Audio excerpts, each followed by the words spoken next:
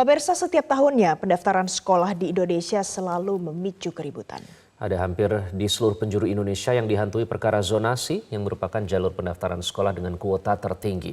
Meskipun pemerintah menyebut zonasi untuk menghilangkan superioritas sekolah tertentu, banyak orang tua yang melakukan berbagai cara untuk memasukkan anaknya di sekolah yang dikehendakinya. Dan inilah awal mula keributan terjadi. Nah, SMA 2 kan ke sana. Tuh di depan sana di ujung mata. Kenapa anak saya ditolak? Jangan terlalu menimpakan kesalahan di tingkat pemerintah pusat.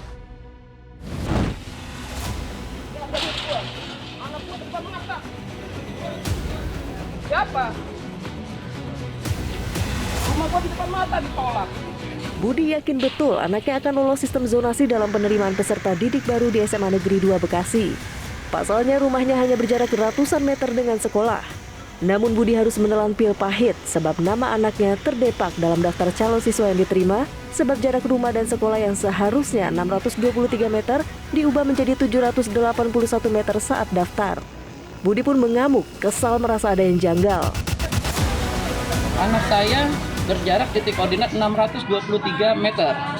Namun berubah ketika apa?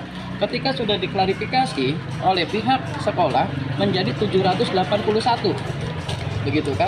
Tapi anehnya, anak-anak yang hari ini diterima melalui jalur zonasi adalah anak-anak yang jelas-jelas rumahnya ada di belakang rumah saya, 100 meter di belakang rumah saya, 60 meter di belakang rumah saya, dan bahkan ada yang lebih jauh lagi. Itu bisa diterima, sedangkan anak saya yang setiap hari ini rumah saya. Anak-anak itu kalau bersekolah nantinya lewat depan rumah saya. Nah, SMA 2 kan ke sana. Tuh di depan sana di ujung mata. Kenapa anak saya ditolak?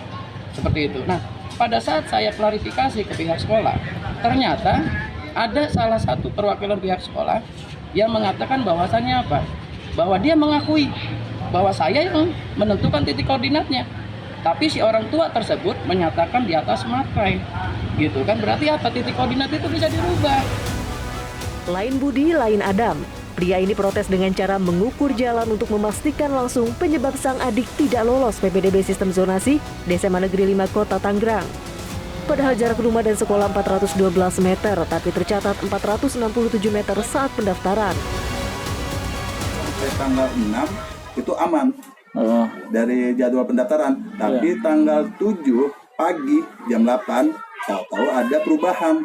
Katanya itu pada saat dijelasin kemarin ada verifikasi.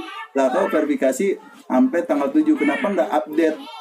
Setiap orang daftar itu harusnya kan update. Jadi nggak perlu diverifikasi lagi dong. Kan secara sistem langsung. Jadi di tanggal 7 itu hilang nama ada abang ini. Diduga polemik PPDB sistem zonasi dipicu oleh kecurangan jual beli kursi dengan memanipulasi dokumen calon siswa. Sejumlah cara ditempuh untuk mengakali zonasi seperti titip kartu keluarga pada kakak yang berada dalam zonasi sekolah favorit atau dengan jual beli kursi di mana pihak calon siswa harus membayar sejumlah uang pada oknum sekolah. Sistem zonasi memiliki sejumlah kelemahan, di antaranya tidak ada larangan calon siswa menumpang kakak demi memenuhi syarat PPDB zonasi. Jarak antara sekolah dan rumah siswa juga tidak diatur dengan jelas. PPDB sistem zonasi ini menunjukkan ada celah kecurangan sehingga menjadi ladang korupsi sejumlah oknum. Provinsi Jawa Barat pun bahkan harus membatalkan pendaftaran lebih dari 4.000 siswa sebab dinilai ada kecurangan berupa manipulasi dokumen saat mendaftar tingkat SMA. Kita sudah membatalkan 4.791 calon siswa yang mencoba mengelabui domisili kakak. Sebanyak itu kira-kira yang kita batalkan untuk memberikan pelajaran bahwa semua harus sesuai dan ikut pada peraturan yang dilaksanakan. Selain masalah rebutan bangku, sistem zonasi sebaliknya juga memicu sekolah kekurangan siswa. Di SDN Tumenggungan, Surakarta, rebutan bangku tidak terjadi. Malahan sekolah hanya mendapatkan 1 siswa baru. Di Ponorogo, Jawa Timur juga begitu. 5 SD negeri bahkan tidak mendapatkan 1 pun siswa baru. Walhasil kelas jadi kosong, padahal sekolah sudah membujuk orang tua calon siswa dengan seragam gratis dan tabungan yang diambil dari kocek para guru. Dan lempar tanggung jawab dinilai terjadi antara pemerintah pusat dan daerah. Pemerintah pusat menilai masalah PPDB zonasi terjadi karena pemerintah daerah kurang bertanggung jawab. Ini sebetulnya mestinya pemerintah daerah itu punya tanggung jawab dua. Yang pertama itu harus segera menyusun perda yang menegakkan peraturan sehingga kalau ada kecurangan betul-betul ada penindakan yang jelas. Ya. Kenapa? Karena pendidikan itu sudah urusan konkuren, bukan urusan absolut. Wewenangnya di tangan pemerintah daerah. Satgas PPDB cukup di tingkat masing-masing daerah.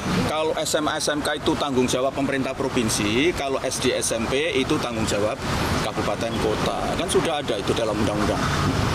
Jadi jangan terlalu menimpakan kesalahan di tingkat pemerintah pusat, itu sudah terdelegasikan tanggung jawabnya itu ke pemerintah provinsi dan daerah khusus terutama dalam rangka untuk pemerataan kualitas pendidikan ini. Namun di tengah gaduh PPDB sistem zonasi, Menteri Pendidikan Nadiem Makarim belum juga buka suara. Sama seperti tahun-tahun sebelumnya, Pak Menteri memilih bungkam kecuali anggota parlemen memanggilnya untuk dicecar sejumlah pertanyaan. Kali ini Nadiem juga akan dipanggil Komisi 10 DPR RI buntut Kisru PPDB 2023. Tim Liputan Metro TV.